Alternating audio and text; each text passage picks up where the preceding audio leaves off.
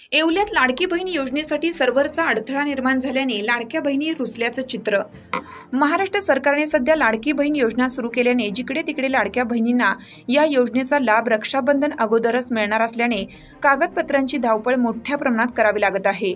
महिलांना बँक खाते उघडणे, आधार लिंक, मोबाईल नंबर लिंक अशा अनेक कामे सध्या जिकडे तिकडे महिलांची गर्दी होत आहे। कागदपत्र अपलोड करण्यासाठी महिलांची संगणक दुकाने जिकडे तिकडे गर्दी होत आहे।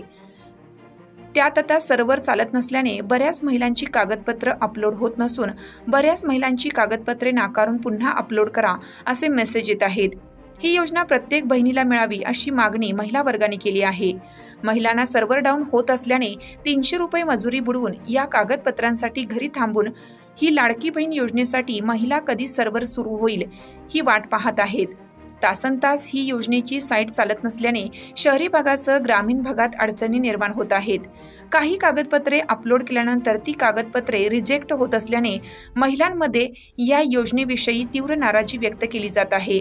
शासनाने ही योजना महिलांसाठी आणली, पण लाडकी बहीण योजना असली तरी ऑनलाईन सर्व्हरमुळे ही योजनेपासून कोणत्याही महिला भगिनींना वंचित राहणार नाहीत, याकडे शासनाने गांभीर्याने लक्ष देण्याची गरज आहे। या योजनेचा विशेष लाभ ग्रामीण भागातील प्रत्येक महिलांना मिळावा अशी मागणी सध्या जिकडे तिकडे महिला वर्ग करीत आहे। त्यामुळे शासनाने 31 ऑगस्टपर्यंत या योजनेची मुदत असली तरी या मुदत वाढ मिळण्याची मागणी महिला वर्गाकडून होत आहे व बऱ्याच महिलांचे फॉर्म हे ऑनलाईन केल्यानंतर पुन्हा रिजेक्ट झाल्याने या महिलांना पुन्हा कागदपत्रे अपलोड करण्यासाठी सर्व्हरचा अडथळा येत असल्याने कागदपत्रे अपलोड होण्यासाठी अडचणी निर्माण होत आहेत। त्यात पुन्हा सर्व्हरचा अडथळा निर्माण होत असल्याने बरेच कागदपत्र अपलोड होत नाहीत। त्यामुळे शासनाने ऑफलाईन अर्ज स्वीकारून सर्वच महिलांना आपली लाडकी बहीण योजनेसाठी पात्र करून घ्यावे, त्यात सर्वच महिलांचा समावेश करावा अशी मागणी महिला वर्गातून केली जात आहे।